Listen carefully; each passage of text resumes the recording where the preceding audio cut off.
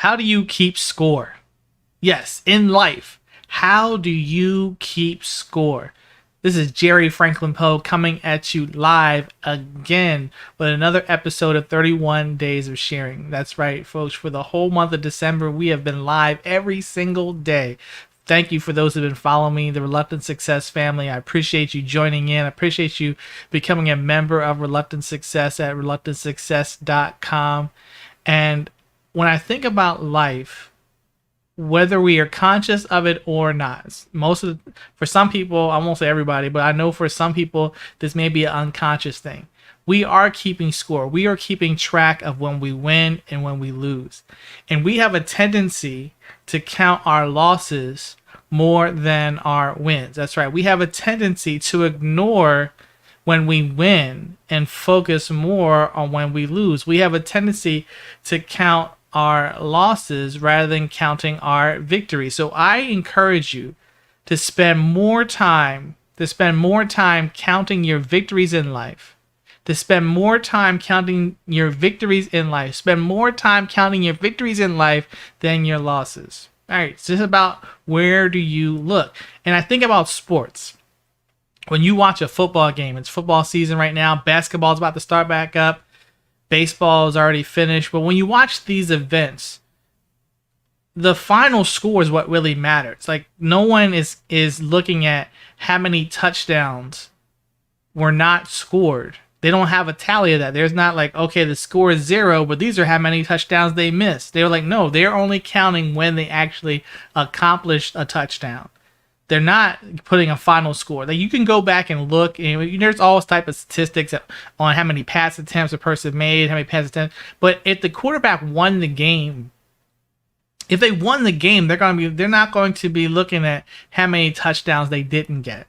They're not going to be looking at how many shots the basketball player didn't make if they win the game.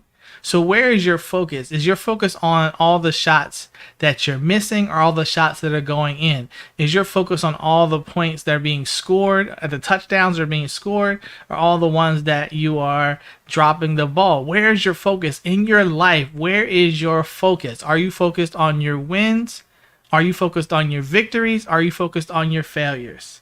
We have a tendency to keep a better track of our failures than we do our victories. And one of the things I had to establish for myself, because I was guilty of this myself. Personally, I was guilty of this. My brain would always be like, oh, I can't believe I messed this up. But when I would do something good, I'd be like, oh, whatever. I would discount it. So I had to create what I call an emotional bank account.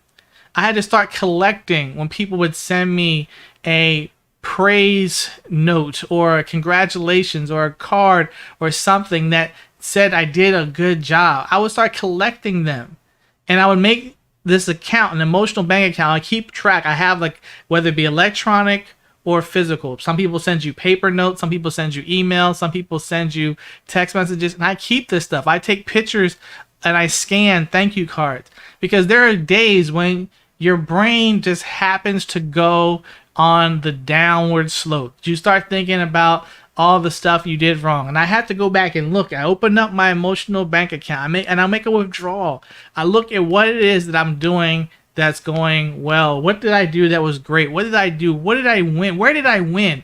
When you look at where you won, see, your wins will give you the encouragement to keep going. If you think about in the Bible, for those who are biblical scholars or not a biblical scholar, maybe you own a Bible. There are stories in the Old Testament about a guy named David. And when David needed confidence, when David needed to be encouraged, when David needed to build up his strength to go face the next challenge, what he did was look at his past wins. He said, well, I was able to fight the lion. Then it was like, okay, if I can fight the lion, then I can go ahead and fight Goliath. See, the next challenge, that next Goliath in your life, how much confidence and courage you have facing that fear, facing that challenge, facing that hurdle is all based on your track record of victory. So are you keeping score of your wins? Are you keeping score of your losses? Are you tracking your failures? Are you tracking your victories? Which one do you have a better record of? Which one do you have a better account of? Which one do you spend more time focusing on? Start creating your own emotional bank account. Deposit in there all the time someone sends you a positive note, a positive comment, positive feedback. Look at those things when you have the downtime, the down moments, the moments where you don't feel 100%, when mentally you're just like, I'm not there today. And now you go back and look at, okay, what did I do before? Just like David. David said, I won here. This is where I won. I won over here. Or if I won over here, then I can win over there as well. So my challenge to you, if you're not feeling victorious, if you're not feeling valiant, if you're not feeling like you're at the top level of your confidence, the top level of your courage, then look at your past history of wins. But you have to be able to count them first. You have to have a record of them. If you don't have a record of your wins, then you have nothing to build the confidence on. So keep a better accounting, keep a better record. Start counting. Spend more time counting your victories than your losses. Spend more time counting your wins.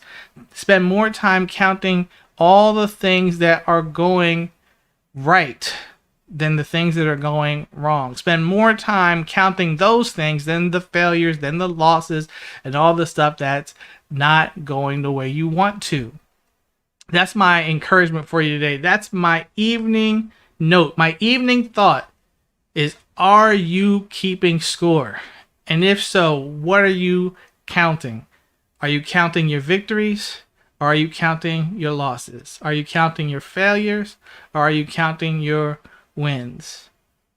So until next time, my friends, start developing that emotional bank account. Start spending more time counting your victories. Start keeping a record of when you win.